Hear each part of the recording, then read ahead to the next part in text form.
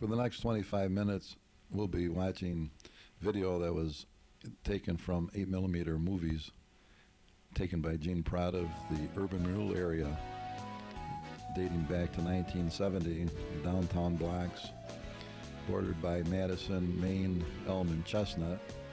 And this is a view of some of the structures that were demolished. Many of the old timers remember these stores.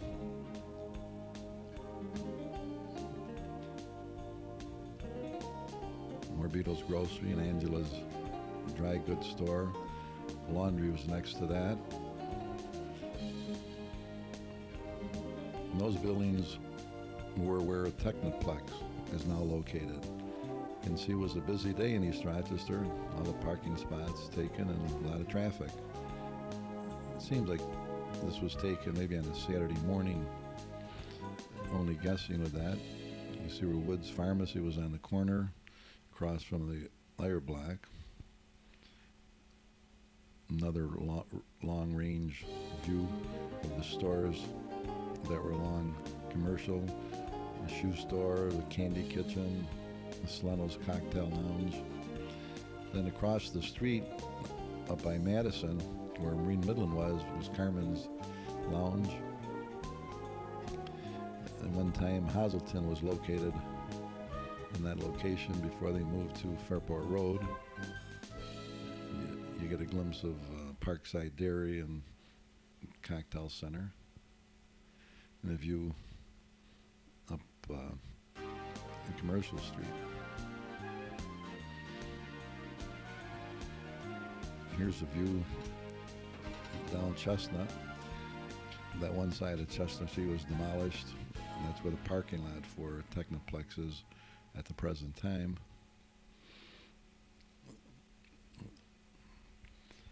These buildings were demolished. In November 1970, the Urban Renewal Agency purchased the first properties, and in December 1970, demolition began.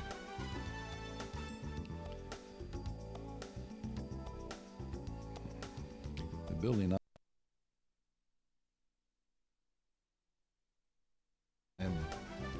a couple of buildings.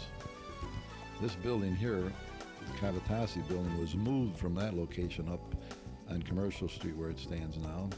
There's another view of Woods Pharmacy in the corner. It took up that corner.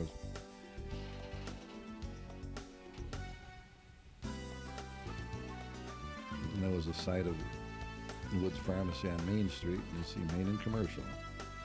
Here's a shot of Carl and Aldo had the gas station, the Texaco station on the corner of Main and Commercial across from Woods Pharmacy.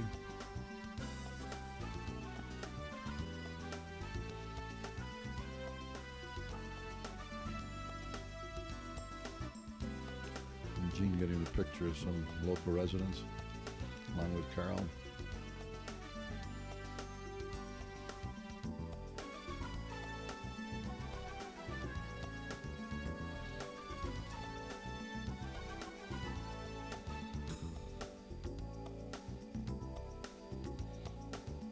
Western Auto Shop.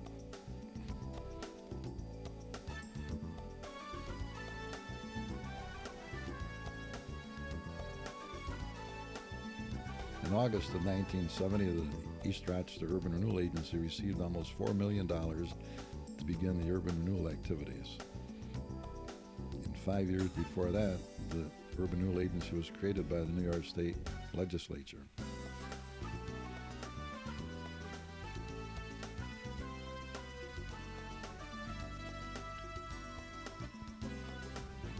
Finn's Auto Supply, King's Shoe Store, Marfiotti is the owner, an appliance store. In those days, the village was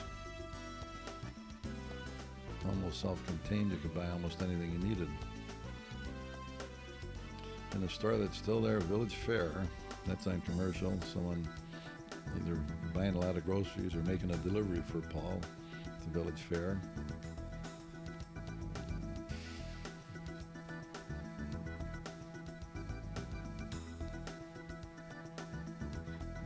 These scenes are taken in front of Sweetland.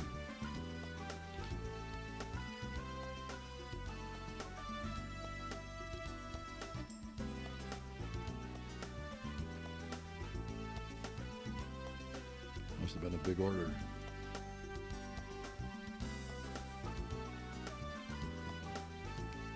This young lady was working at Sweetland, Donna Holden. She was a waitress at Sweetland in those days, and see, Village Fair was busy then. It's still busy. With an ice machine outside.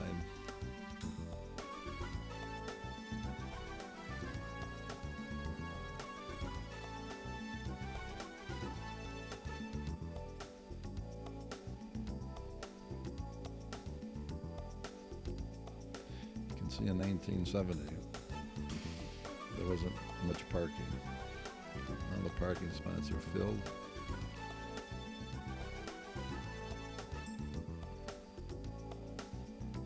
There's the fire alarm that was on posts around the village. Those are gone. Where you want to report a fire, you pull the switch there. There's a view of the East Rochester Municipal Building. Believe it or not, in those days, the fire department was located there, the library, the ambulance corps, the village offices, the police department, and the East Rochester Court. And in election time, voting booths were in the building where you voted. There was a gas station next to the LaFay building on the corner of Elm and Main. LaFay's had a dry cleaning there, and then a view of the Capri, which was formerly the Rialto Theater. And you see the parking meters. Fine was 50 cents for overtime parking. There's the back of the municipal building, and I think he was zooming in on the ambulance bay, but the other door was for the police department and the court. And I get a sense of the back of the buildings on Commercial Street that were demolished. And I think obviously this was 1970, but the Urban Renewal Agency was created in 65, and in 1970 the village board approved the project, and the village received almost $4 million. And I think some of the businesses, knowing what urban renewal was coming, didn't maintain the property as they might if they were going to be there.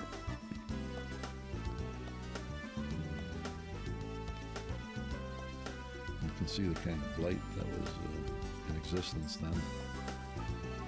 And most of those buildings were wooden structures on Commercial Street, and fire was always a threat.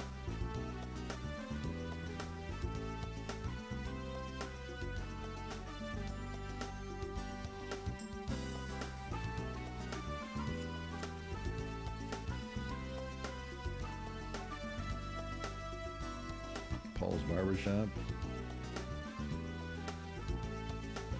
and the hardware store Patterson had at one time, in the Candy Kitchen. This is a popular hangout for the high school students.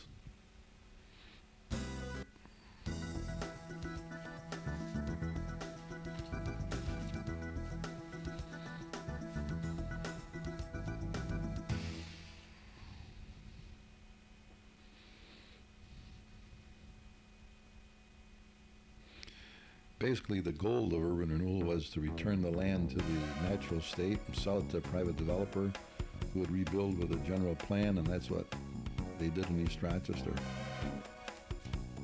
There were a lot of relocation. All of the 22 homeowners that were in the project area repurchased homes, and 12 tenants used relocation benefits to become homeowners. And 56 families and 19 individuals who were tenants received rent subsidies for up to 4 years. Here's a view looking up Commercial Street, again taken from Jeans Bay, Sweetland.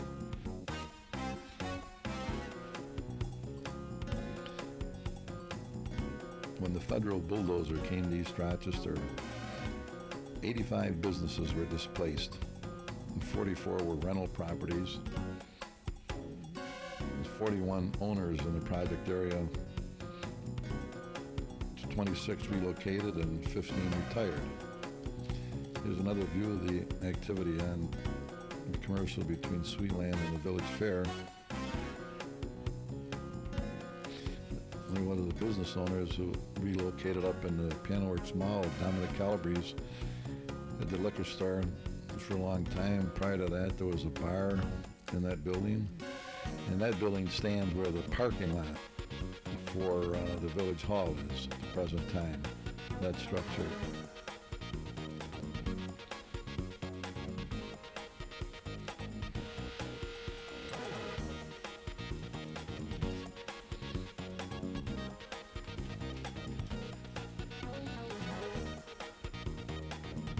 One of the regulars in Sweetland in the downtown area. There's former East Rochester resident Jim Torrey, Mike LaFica with a bounce in his step. He'll be headed for Sweetland as well.